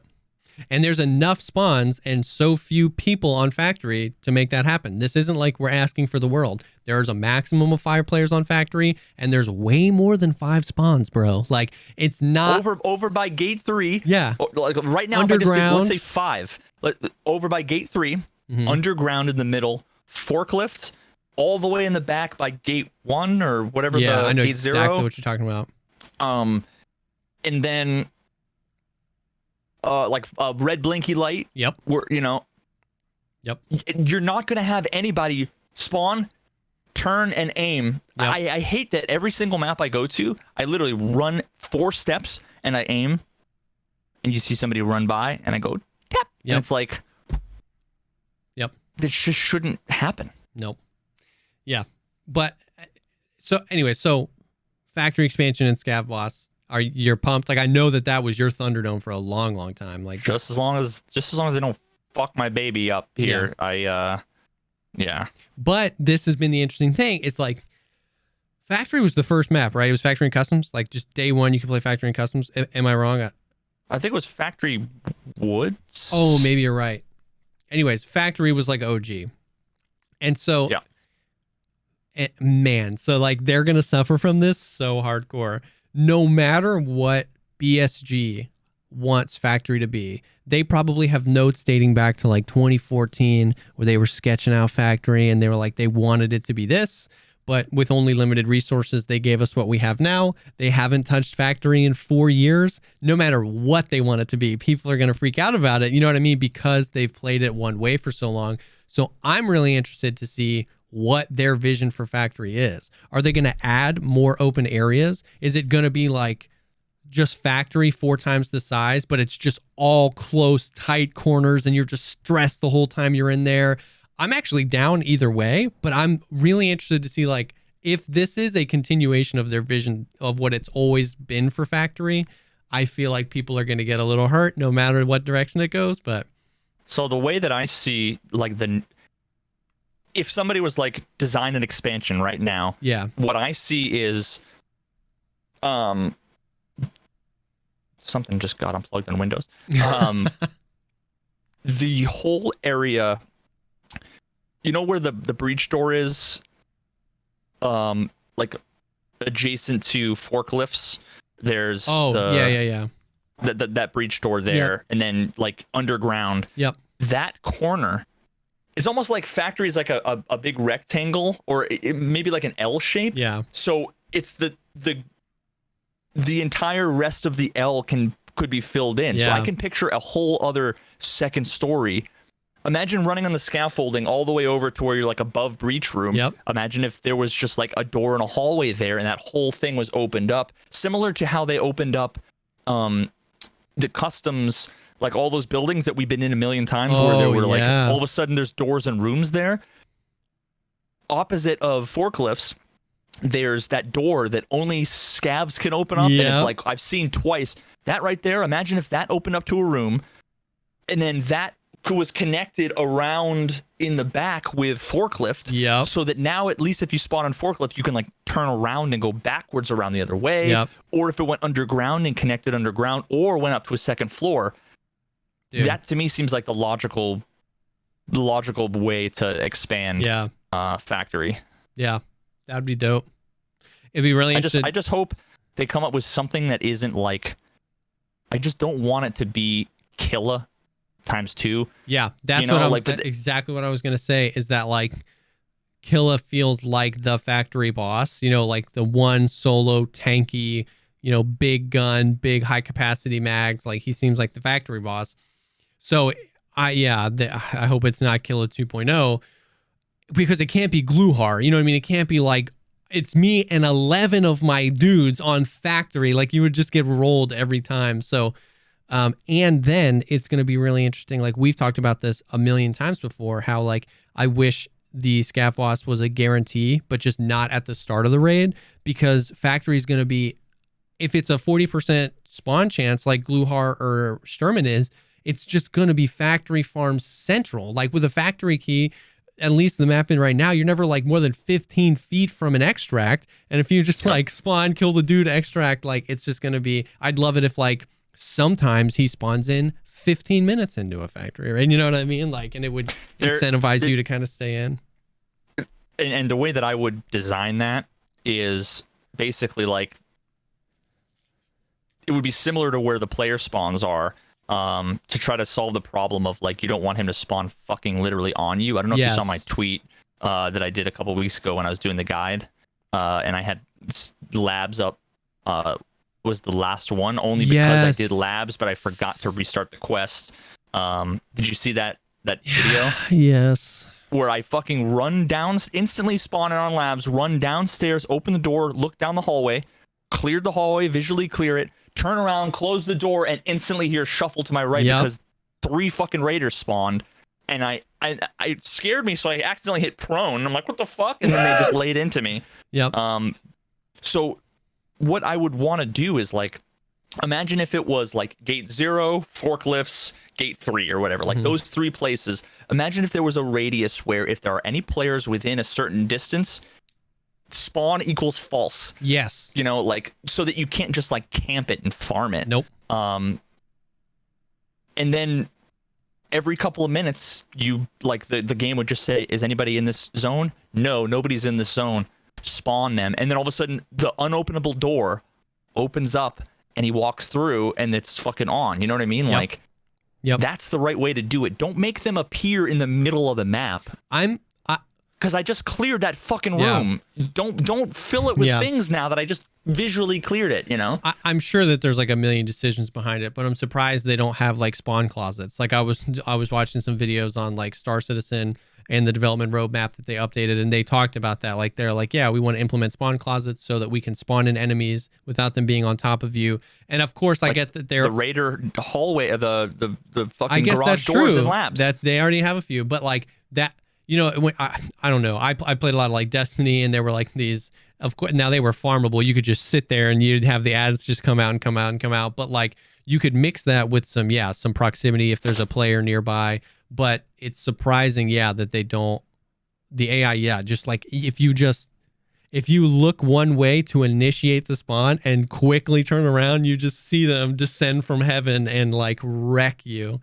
Yeah, it's interesting. But that would help it if there was if he had 4 spawn closets, so that if it was trying to spawn him, it would only have to wait a few seconds most likely before, if they were all had people, one of them would be okay, nobody would be close enough and he could pop out, you know what I mean? So I don't know. I would love it if he had like a fucking either like a shotgun or like an Uzi, like something. And I almost like the idea of him being like fast and nimble, like Sturman, but not the fact that it's close quarters. Yeah. I just, here's the thing: when you're fighting the AI, the way that you make like a balanced, fun, fightable AI is like you need to figure out like what do they do, and then how can I counter it. Yep. The problem is that like, and I know Willers and a whole bunch of other people will disagree with me, but like Sturman, it's just one of those things where he can go from having his back completely to you, and you're like, I'm gonna wait for the perfect. Oh, he's now suddenly instantly aware of me, and I've been hit 3 times, 7 and 1, I'm dead. Yep. It's like. Now, what I want to be able to do is I want to be able to like peek, pop off a couple of shots, and then hide. Yeah. Move, peek, pop. But the problem is that they are aimbotted on you. As soon as you peek, bang. As soon as you peek, bang. Yep. There needs to be like some sort of delay or something to where it's like if you're just careless and an idiot and you run out there and you try to gun him down, he's gonna fuck you up. Yep. But like, they need to not have unbelievable reflexes, vision, 3 times the HP. And all, you know, like they need to have one of those things needs to be bad. Otherwise, you've just created a deity. And you know, exactly. It's like these are the recipe. These are the ingredients. One has to be missing to make it fun. He can be super tanky and he can be X, but he can't also aimbot and see you through walls. You know what I mean? Like I'm gonna give this guy aimbot, see you through walls. He's got level 6 and level 5 armor everywhere, and then the only part that's showing, I'm gonna give him triple HP in the legs, and then make it so that he runs straight at you and then slides and then has no problem fucking shooting you in that entire process. Yep. It's like, well, it's you need to make it so that I can either like easily one tap him with a precision shot in a short amount of time, which I mean you can do, but it's, you know, that usually if you try to set that up, you're probably gonna get third partied by some fucking buddy else. But there just needs to be a way to be able to counter them. Yeah. And I don't think that there's anything wrong with that. If like every scav boss has their own like strat associated with them, even if they were challenging, it's like, okay, cool. I want to be clever and I want to flank. Oh, I just got 7 grenades lobbed on my location. Yeah. I guess this time the only solution was run away. Yeah. To where they de-aggro, which nobody, like no actual person would be like a Skyrim guard where it's like, must have been the wind. I saw the guy and I shot at him, but now it must be clear. Exactly. You know, it's like, and we have to look at like how engaging of gameplay are the current strats. Like the kill a strat is spawn in, go, I got lucky on the spawns, I'm the closest. You just shift W to him, high fire rate, high capacity mag, and you just dump him before he gets a chance to even look at you. Like that's the strat. Sturman, the strat is he only spawns in one place, and as long as he's not aggro to another player, he'll be sitting there. So you bring an 8-time scope. Oh, there he is. Dead. And then you reset. Like those aren't super fun, engaging gameplay. You're not fighting the scav boss. You're either eliminating them or dying immediately. And so, yeah, I want there to be some sort of balance to like, I want the scav boss fights to be fights. Because think about some of your favorite moments in Factory. They've been when you peeked the corner, you took some shots, you knew you hit a few, so you ran out onto the scaffolding, dropped down to the second floor, got behind him, took some more shots right as he was going up. You're going to go back down to pop a reload. You know this guy's hurt. You can do this. That's when you walk out of that raid and you're just like pumped on adrenaline. Not when you're like, Sturman, I'm dead. Or, oh, there's Sturman, he's dead. That's the whole fight. It's either Sturman, I'm dead, or I got Sturman. That's the whole fight every time. So obviously it's really hard to emulate the true player engage, like, you know what I mean? But we should be fighting towards that and not just being like, well, there is a strategy for kill. You just spam him with a vector. It's like, you're not fighting him though. You know what I mean? Here's my hot take. I liked when Killa got like pseudo stun locked. Oh. Because then at least if you were hitting your shots, yeah. I mean, that's what happens to us. Our vision goes blurry and we have all this aim punch. Like, that at least makes it so that if someone has shitty ammo, they have a chance against you. Yeah. But like everything is shitty when you're fighting a guy that knew you were there before you fucking spawned on the map, knows where your kids go to school, and like has 900 leg HP and top tier head and chest armor. Yep. It's like, dude, give them a weakness in some way, right? People were talking a little bit in chat. I don't know if this is exactly what they're talking about, but like if they turned down the aimbot of Sanitar, he would probably want to be one of the funnest ones to fight because it's a manageable amount of people. You can gauge them from far or really close. You can kind of catch them while they're running and put a bunch of shots on them. It's the fact that they can one-tap you from 200 yards while getting shot and pooping out a grenade in your direction while never stopping firing. It's just so impossible. But like their actually whole package minus the aimbot would be pretty fun. He has enough HP where you like really have to put some shots on him. There's 3 of them. They can have good ammo. Like just that one thing, just turning down that one knob would make Sanitar fights super fun. And you could still die because sometimes they've got like Magnum Buck in their shotguns or like 7 and 31 in their AKs. Like you could still die to it. But they're I like huntering you from 200 yards. Like I like that Sanitar runs and heals a lot. Yeah. Like here's the thing: when you get in fights with people, normally, like real people, normally it's if you have a good position and you lay down good fire and you were the one to see them first.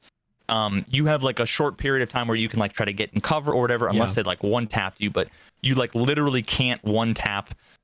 A lot of these dudes because like you'll click the bullets in the air. They've already said they're okay, I'm aggroed, I'm gonna run or whatever. Like they just react too fast. And even if you hit them in the head, they have like more head HP than you need to hit them with 2 or 3 shots. I wish that they would aggro less and do more repositioning and moving. Imagine if Glukar and his homies, if they didn't instantly turn towards you and all fire at once. If one ran over here, one ran over there, one of them ran inside and got behind cover like people do, then it's a more interesting fight. And then you can peek and pop a couple of shots and then reposition and peek. They need to not shoot every single possible breathing moment that they exist. That's a really good point. Because it is like, it's just firing squad. Gluhar specifically, when you peek over a thing, it's just as many AI that can see you are shooting at you. Even if you're hitting them, they're not reacting. I am in shoot mode. My state machine is in shooting.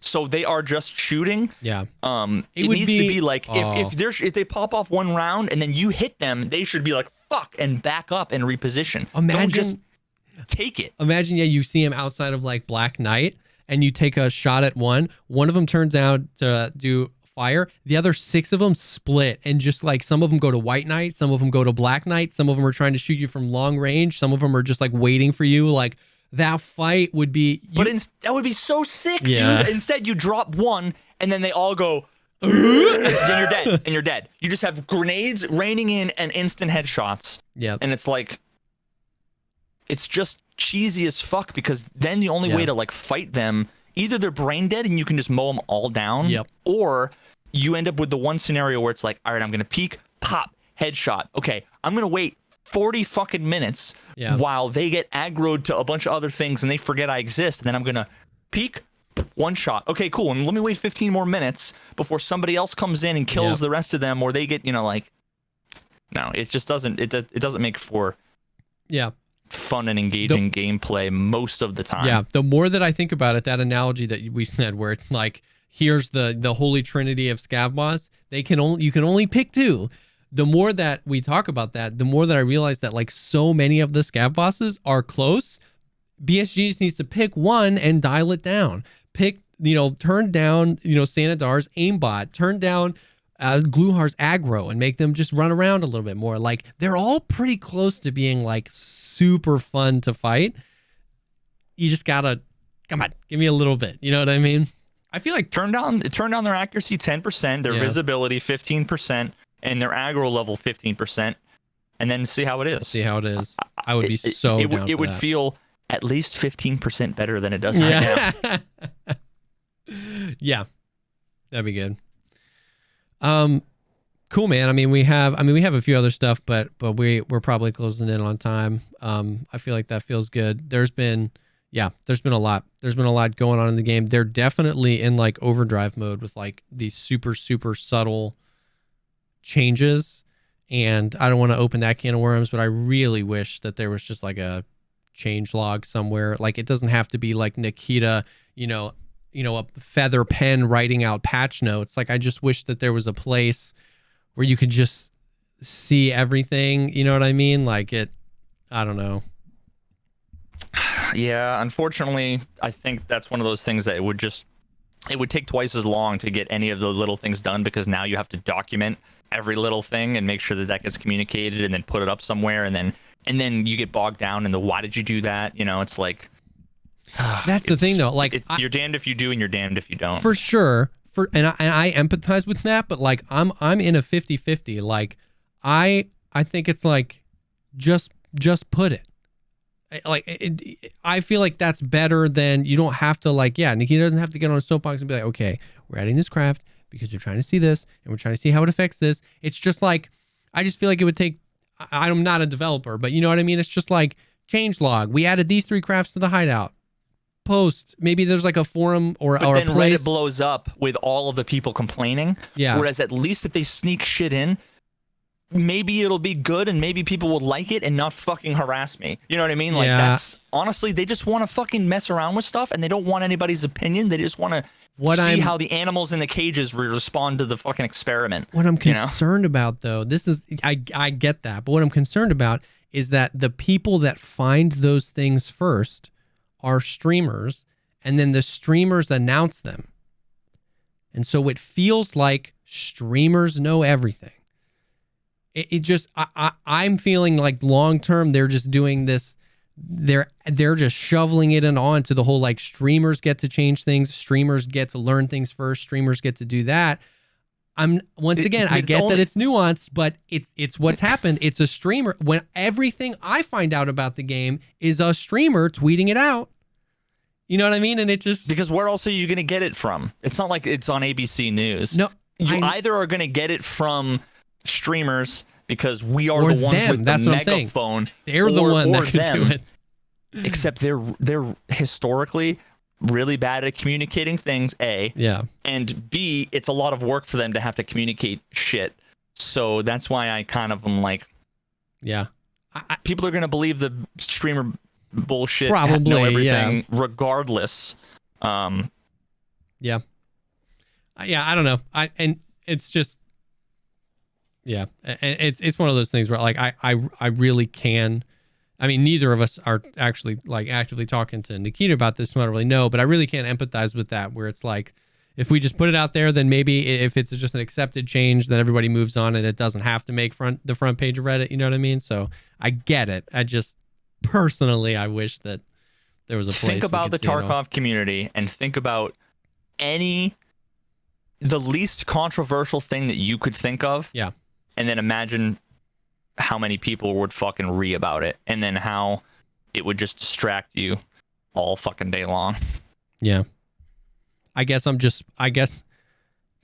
one of those things where I don't know what came first, the chicken or the egg. I don't know if it's just because the people that are in the community or the people are responding to how BSG communicates with the community. But I guess I'm just spoiled at the fact that like every day I see you know what I mean? Like I see four YouTubers breaking down a forum post from the Star Citizen developers noting everything, and nobody's toxic about it. Like people are like, that's a stupid change, but it's like, it's an official post. Everybody can go do it. And then YouTubers, you know, and I know more about Star Citizen. I know more about the goings on of Star Citizen than Tarkov sometimes, because it's an official place for that information to go. And so I guess it's just, I'm not even saying that you're wrong. I'm not saying they're making the wrong choice. I guess that just the way I like to receive information, I'm spoiled by a game that's like just says this is what's going on every week. You know what I mean? But even if they did that, most people aren't going to go to their fucking Twitter, and they're not going to go to Reddit. They're going to come into your stream and ask you about it. Yeah. So it's good. You know, most of the stuff is going to come from. I get it. The streamers, kind of regardless. You're not wrong. Because people are just, they want the information and they want it easy and they want it quickly. And for the record, most of the things, I don't even read the patch notes because I don't fucking have to. Chat's gonna tell me. Like, but then I know, and then people will ask me, and then I am now saying the information. Yeah. But now, even though that's the case, most, like the majority of people are getting their information from the streamer, even though the streamer got the information from, not because chat. You know, yeah, they got it from chat, or a lot of times the wiki guys either data mine it or whatever, and then they want to maximize the number of people they tell, so they tell a streamer. Yeah. And then they make a video, and then, you know, so like that's the other thing, is that Battlestate's getting free work, and not in like a shitty way, but it's like, no, I get it. Yeah. You know, yeah. Anyway, I get it.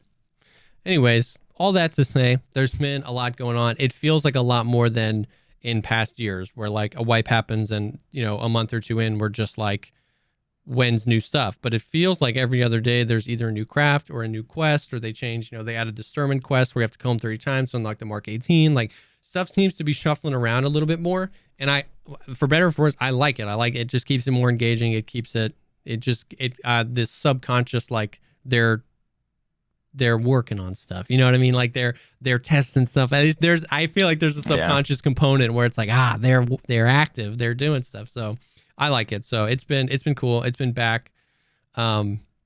Let's toss up a quick prayer that it's not raining, because I have Shooterborn in Heaven and Tarkov Shooter Part 8, and the past 4 times I've streamed, it's been raining and I can't see anybody, which has been unfortunate.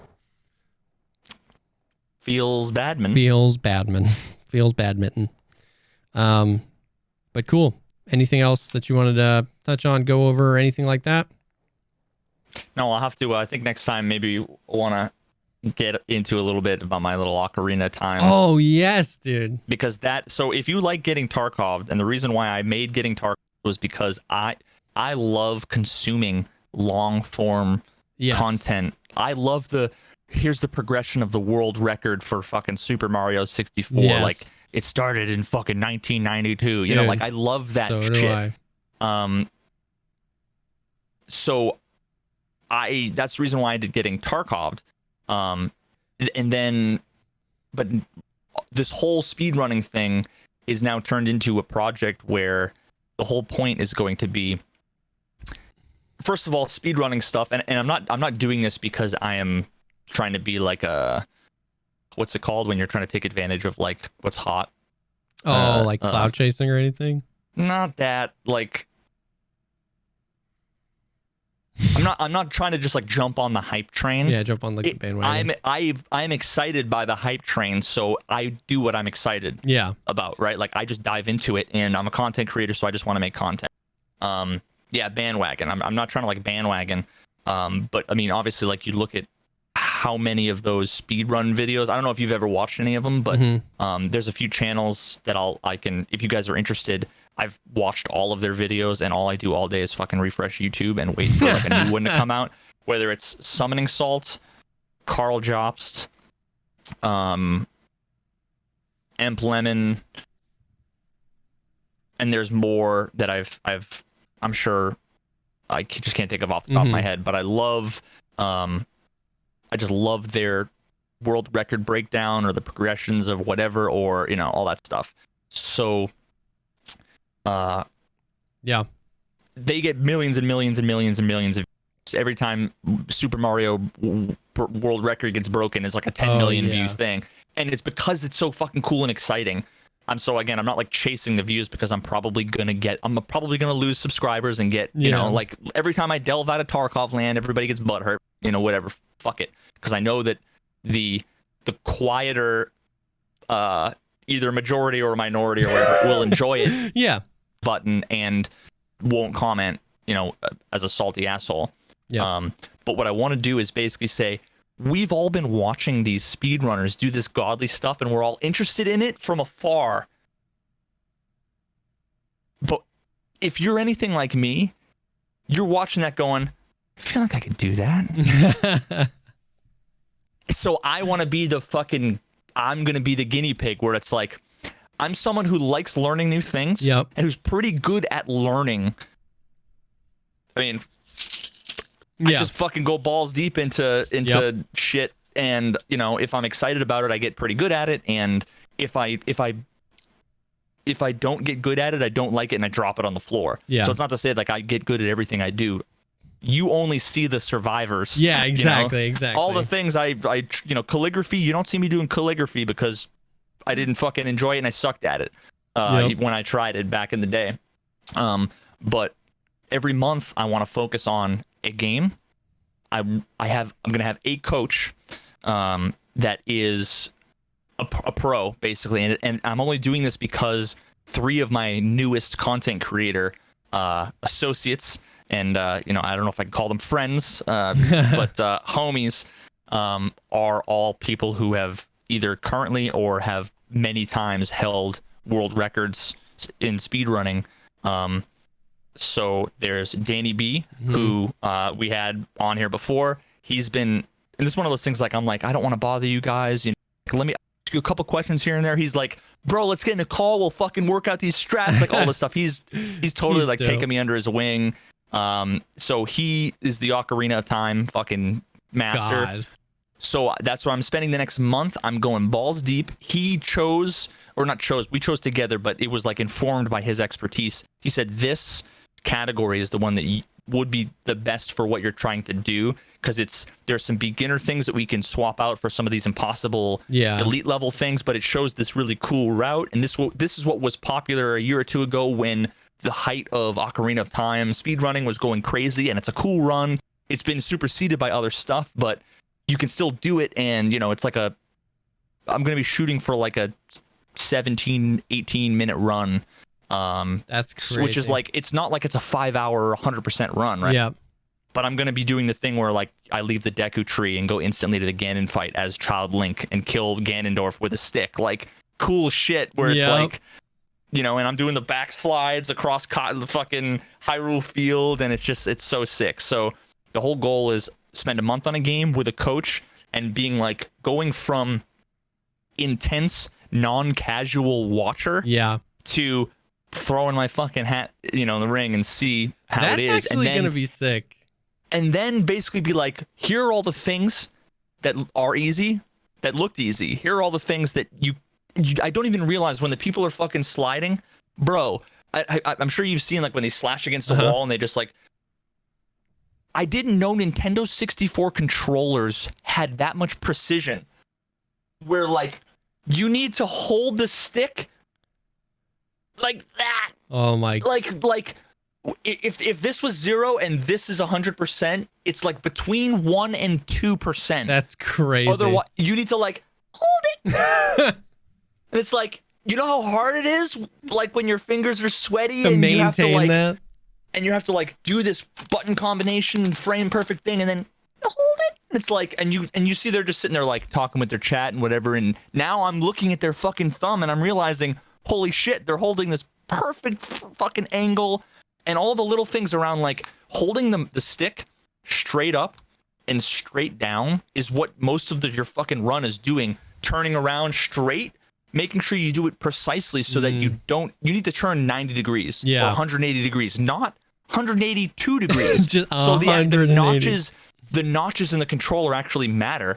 And when you're lazy, if you just like hold down, you want to like pull down and to the right just because your hand is on the other side, and that's just the way that like is like ergonomic. You can't do that. So like just holding the stick straight up and down is like, I have to relearn how to do it. So being able to be like, here are all these things that you never knew. Yeah.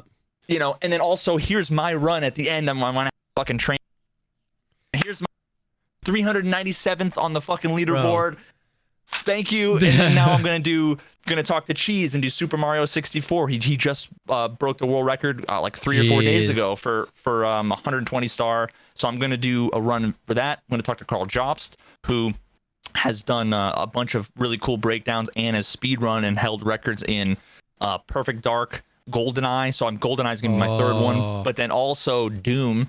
So I want to do like retro Doom, and maybe I'll get into Mario, like old school Marios, like Super Mario Brothers, all that stuff. So that's my plan. So sick. I mean, the whole I think it's dope. I think it's a great idea from a content creator perspective too. Not just like it'll be interesting to watch Veritas do this, but like everybody loves the story of like the 0 to hero, from casual to Olympian, like what did it take to get there? You know what I mean? Because obviously you're famous if you're the world record holder, but being able to see that journey is actually super interesting, and a breakdown of this was easier than I thought it would be, this was harder than I thought it would be, this is impossible and I thought it would be easy. Like that's actually, and then there's all those Vice videos where it's like the nerdy weird guys like, I learned boxing for a day, and you just see him instantly get the fucking shit kicked out of him. You're like, I need to see this. Like, I kind of want that like fish out of water. Like, what the fuck am I doing here? Yep. I'll probably be speedrunning like Hello Kitty Adventure Island at some point. That's dope, bro. I'm excited for that. That's really cool. It's just been so nostalgic seeing you playing N64. My God. I love it, dude. It's a perfect set. Now I want to go play Zelda. Some Zelda, dude. That's dope. Well, that was sick, bro. Man, it feels good to be back doing this. Holy cow! Happy to see you. Oh, happy to have you back for sure. We'll be back to weekly. Yes, again. We will be back to weekly. We did it. We normally do them Thursday. We did a little early because we wanted to jump back in it.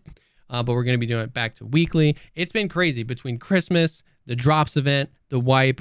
Our schedule got a little wonky. Then I was gone for a few weeks because of the baby and some family stuff. So we're going to be back to weekly. I'm sure we're going to be back to getting guests soon. We're going to be back to pushing. Please go check out the Pogcast YouTube channel. We're going to be trying to push that. This episode will go live there probably in like 24 to 48 hours. I'm going to now start working through uploading all the backlog and everything. So please go check that out if you haven't. We'll be blowing that up again too. But thank y'all so much for hanging with us. It'll be on the podcast platforms and on the podcast. The video will be on the podcast channel soon. And thanks again. We'll see you next time. Peace.